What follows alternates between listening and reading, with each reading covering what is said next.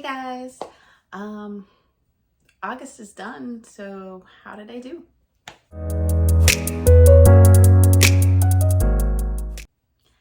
Hey guys, if you are new here, welcome to the Book Path. I'm Nicole, and if this isn't your first rodeo, thanks for sticking with me. August is done. Went a lot differently than I thought in most cases, not so surprising in others, but if you guys have been following along, you will know that for August, I was doing the Final Book Support Group, the Magical Readathon, and Trope-ical Readathon this month. It was a lot of books. Did I finish them all? No.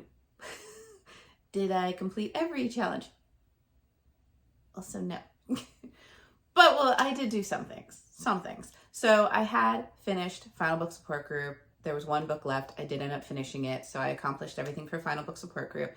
Magical Readathon, I have 2 characters. I did just post a video recently. I will link it down below for that and the Final Book Support Group wrap up. That I did do all the prompts for both my characters. So they got everything they needed and they're gonna go forward. I also did my prompts for summoning my Impling, and I got the lazy Impling. And this Impling, the way that you described it is just like really super lazy. So I decided to give this Impling to Farron, considering he is the Beastmaster, in hopes that maybe he won't be so lazy, but alas, it's not going to happen. And he has decided to name his Impling Wrath, when really he probably should have named it Sloth, but he thought it was going to be cool and it would help out. Mostly Wrath just kind of chills, and because Farron is always with Azraelyn and Azraelyn has her wolf, Wrath kind of chills out and sleeps on the wolf's back. I have not figured out a name for the wolf yet. Bear with me. That will happen soon, I promise. Wolf doesn't really mind it too much, but sometimes it can get a little annoying. Other than that, Wrath will chill out as a sort of scarf around Azraelyn's shoulders. He really kind of adores Azraelyn, and so Farron kind of lets Wrath get away with everything and being a little bit more lazier than he needs to be, because of course Azraelyn is his lady love and he will do anything for her. But yeah, so both of those characters are complete. They now have a new member of their squad, and I can't wait to see what next April's gonna bring. I know that we're still working on the annual year in Aurelium, and that is a lot because I am doing both characters on that. So hopefully both of my characters will end up with either an extra skill or another new companion for their squad. You know, it's their little family that's growing. So all that was left was Trope-ical Readathon, but time was not on my side because this month was also a busy month. We had my birthday celebration. Yay! Also, my kids started going back to school, which I thought would give me much more time to read, but with the start of school comes all the wonderful new germs of the season, and both my kids ended up getting sick within like the first 2 weeks of school, and then they gave it to me and I got sick. I'm still getting over it a little bit, not too bad. I can get through the day, just coughs here and there, so everything's going good. But it didn't afford a whole lot of time of reading, and I think by the time I was able to focus on Trope-ical Readathon, I had like 10 or 11 books left in like 4 days, and I knew there and then it wasn't going to happen. So I was just getting through some of them. Did not get through any of them. I think this is the worst that I've done in a Trope-ical Readathon, but let's go ahead and see what I did. So for Trope-ical Readathon this month, I decided to join the Team Mystery, Horror, and Thriller. I was not able to read the Team Prompt book, which was White Smoke by Tiffany Jackson, so that one I failed on. I did read the team, you got to pick one of the team prompts, and I picked Isolated Setting, and for that, you've seen it before if you have watched the other videos, and that's Midnight at Madame Leota's, so I will not really go into this here. This was just a Haunted Mansion series. Wasn't that great for me. I think I gave it like, what was it, 2 stars? Yeah, 2 stars. So really wasn't all it was cracked up to be, but it did fulfill that team prompt. So then didn't finish 1, 2, 3, 4, 5, 6, 7, 8, 9, 10. Didn't do 10 of the prompts. I ended up doing, oh wait, no, I did do one. Sorry.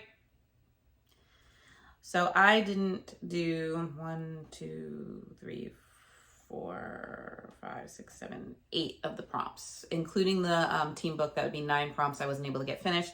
But let's go ahead and do the ones that I did get finished. So one of the ones that I did was to either read a pick that was hand-picked crew or a cover book buy. And for that, I did a cover book buy. Originally in my T.B.R, it was supposed to be Heated Rivals until I figured out that Heated Rivals was the second book in the series. So I went and picked up the second book, or the first book in the series, sorry. That had an equally stunning cover, and that is Dark Succession by Katie Roberts. This was 5 stars. It was fantastic. She did not disappoint. I have read her Dark Olympus, and for the most part, it's been like 4 and 5 stars on this. This one was a 5-star. This was everything that it needed to be. So in this book, you have kind of an outside Boston setting, and there are like the Irish mob or mafia, and there's these 3 main factions or families, and they are the O'Malleys, the Sheridans, and the Hallorans. And you have Callista Sheridan, who is supposed to be betrothed to Brendan Halloran, and they're supposed to kind of bring the Sheridans and the Hallorans together. She's never met Brendan, but she's heard some pretty awful things about him. So she goes to sneak into a nightclub and surprise him and kind of get to know him, but she does it in disguise. So when she's there, he's there, and you find out that the nightclub is not just a nightclub, it's kind of an underground brothel of sorts. And Brendan is not very nice with the women that he's with, and she walks in on one of these scenes, and it kind of takes her by surprise, and he mistakes her for a new girl, and he's very forceful and trying to do things to her, and she's trying to get away, and he gets very aggressive, and basically in a fit of survival mode, basically, and trying to protect herself, she kills him. So now she is trying to keep it a secret because nobody knows it was her that did it. And instead of, so when it all comes out that Brendan is no more, Callista is now going to be betrothed to the other family, the O'Malleys, and she's going to be betrothed to Teague. And the O'Malleys think this is a great idea because there's a lot of kids in their family. They want to, you know, obviously vie for power. Teague wants nothing to do with the mob or the mafia. He wants nothing more than get the rest of his siblings out. However, it's just not going that way. He gets roped in, and now he is betrothed to Callista. The only thing is that him and Callie, as she's called, when they finally meet, sparks fly. Teague now wants to be with her. She's wanting to be with him. And now you have the Hallorans who think that something is up. They don't know the details, but they think that one of the families is to blame for the death of their son. So all-out war is on the horizon, and it's just a lot that goes on. The love story between Teague and Callie is super cute, but I really enjoyed it because it was just sweet, their relationship. It was steamy at times too, very steamy. Not as steamy as what starts to happen between Teague's sister Kerrigan and the remaining Halloran, James, although she doesn't know he's a Halloran when things happen. But it definitely gave the most wonderful chef's kiss moment to what is going to be the sequel in Heated Rivals, which I cannot wait to get to. So like I said, 5 stars. It was really good, pretty fast paced, and definitely a really good balance of like steam and storyline. So very well done. The next one that I was able to finish was to choose either a love triangle or have a friend or follower choose between 2 books. And the book that was chosen by a friend of mine was Blood Orange by Karina Hale. This one was pretty much feeling like a 3-star. The storyline felt, it was all right. You basically have Dahlia, who is a witch, and she's also a vampire hunter.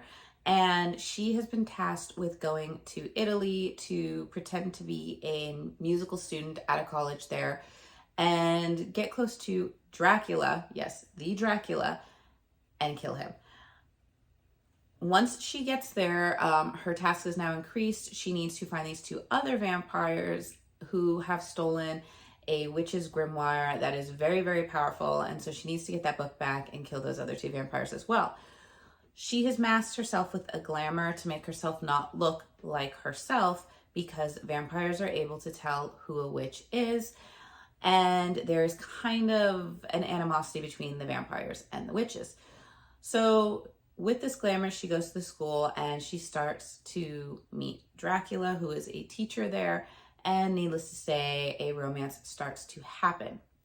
Now, on the flip side, Dracula wasn't always a vampire. He was a human. He was in love with a girl, Mina, and she was from a wealthier family. And when they were trying to run away, they were caught, and Mina is killed by her father in front of Dracula, and that kind of sets off his change. Apparently in this story, vampires live as humans until the females turn 21 or the men turn 35, and then they go through kind of their beginnings and they turn into vampires, and then from then on they are vampires. So he is 35 when this happens, and he has the change happen right at the time that she is killed in front of him. So years later, he ends up meeting a reincarnated version of Mina, and that is Lucy. Yes, there are characters from the Dracula story in here. There are references to Stoker. Van Helsing shows up. Van Helsing is a vampire in this as well. So it's a very interesting spin on the classic tale. But when he does meet Lucy, his reincarnated love, they are married, and she dies in childbirth. So he has lost her twice now. He does not know, and neither does Dahlia know, that Dahlia is Mina and Lucy reincarnated again. She has these dreams, but she doesn't know what they mean. As the relationship develops, she's having struggles because she doesn't want to tell him who she really is, because she's afraid that he will leave her. At the same time, stuff is starting to happen in Italy because of the grimoire that was stolen. There's a lot of I would definitely highly recommend that you check the trigger warnings for this book. There is a lot of steam, but the steam is very like aggressive, kind of taboo. Not really my thing, but it was what it was for the book. And it is steamy, but very aggressive, and very it can be seen as very taboo in nature. So definitely check the warnings on that. There is a lot. And basically everything started to culminate to when she needed to tell Dracula who she was. And I'm not going to give it away, because that was such a WTF moment for me when it all happened, because it did not happen in the way I thought it was going to happen. So it kind of blew my mind. And at that point, it went from being a 3-star to a 4-star pretty easily on that, because that made the book. That really made the book. And it just, from then on, I was getting really sucked into it. But things just don't go as planned. She ends up remembering who she is, and she does try to tell Dracula what's going on, but secrets come out, and let's just say I can't wait to see where the sequel to this book goes. So this one was a 4-star. I would probably say, if I had to give it like maybe 4.3 stars, it's still a lower 4-star, but it did make the 4-star range. So I did complete that one, and that one was, you know what, it turned out to be much better than I thought it was going to be as I was reading it. After that, I completed the prompt for either choosing a mixed media book or an audiobook or ebook. And for that, I read A Trial of Sorcerers. I'm not going to go over this one too much, because I did go over this in my Magical Readathon wrap-up. This was also the book pick for Book Club Unlimited. I ended up giving it 4 stars. It was just shy of the 5-star mark, because it just needed a little bit more. It was a little bit too easy to predict, and I just wanted maybe a little bit more of the romance, or just wanted just a little bit more. But I'm excited for the sequel because it seems that it's going towards the things that I've been wanting for a 5-star. So maybe those, it's like maybe gonna just take a little bit slower, and that's all gonna happen in the next books to come. So I did read that one. I ended up going to the next prompt, which was to either read a book with a found family or a book in the series. And this book counts for both of them. And once again, you have seen it so many times. It was The Choice by Nora Roberts, the third book in the Dragonheart Legacy. There is a found family in here. It is the final book in a series, so it counted for either or prompt. Once again, I gave this a 2-star. It was the lowest book out of the series. I reviewed it in Magical Readathon, so you can hear more about it in that video. But it was just a little underwhelming. The second book left off on a climax, and this just really didn't hold up to it well. It was a lot more slower, a lot more kind of boring. There wasn't really that much steam. There wasn't a lot in the romance department as far as the main two characters go, between I think it's Bree and Keegan. And the big epic climactic battle against the evil god just did not go the way that I was expecting it to. It was very quick and very underwhelming, and that, which was very upsetting for this being a 3-series book, and there was supposed to be such a build up to it. So this one was a 2-star for me, but I did, like I said, it completed so many prompts for the month. Like, this book kind of saved me this month. So after that, the final book that I was able to get through for Trope-ical Readathon was to either read a book with food themes or to devour a book in 24 hours. And for that, I did one of the sequels to the Haunted Mansion series, which was Grim Ghosts. I'm not going to cover this one here again because I did this one in a special Haunted Mansion themed video vlog that I will leave a link to down below. This one was also 2 stars. It was a little bit more entertaining than the Madame Leota's because it actually kind of had stories that pertained a little bit more to the Haunted Mansion. But like I said, these 2 books right here, and I know there's more of them, these are more like your scary stories that you used to get the school book sales than really being Haunted Mansion themes. I was expecting a little bit more from them. I was expecting a little bit more from them, and they just were what they were. Still, that being said, I know these are recommended for middle grade. I would think older middle grade, because there are some pretty gory scenes in these books that might not be appropriate for younger children. So definitely kind of check up on that. But if you are a Haunted Mansion fan, they're kind of fun and kooky just to go through, but don't expect like fantastic stories. So with that being said, that was really all I got done for Trope-ical Readathon. So once again, for the 3rd time in a row, Trope-ical Readathon has kicked my butt. I don't think it helps that Trope-ical Readathon is always in the same month of Magical Readathon. But despite being told I should probably quit Trope-ical Readathon, will I be doing Trope-ical Readathon again? Absolutely. Why? Because I am extremely stubborn and I will not give up until I have conquered this once. Then maybe. But until that day, I look forward to meeting my foe of a readathon again, probably in April. Hopefully they'll be doing it again. Hopefully things will align and we will be able to, for once, conquer this readathon. But I still had fun doing it, and that's the biggest part of it for me. And it was great doing all these readathons, even though not all of them get done. Like, I still had fun doing it.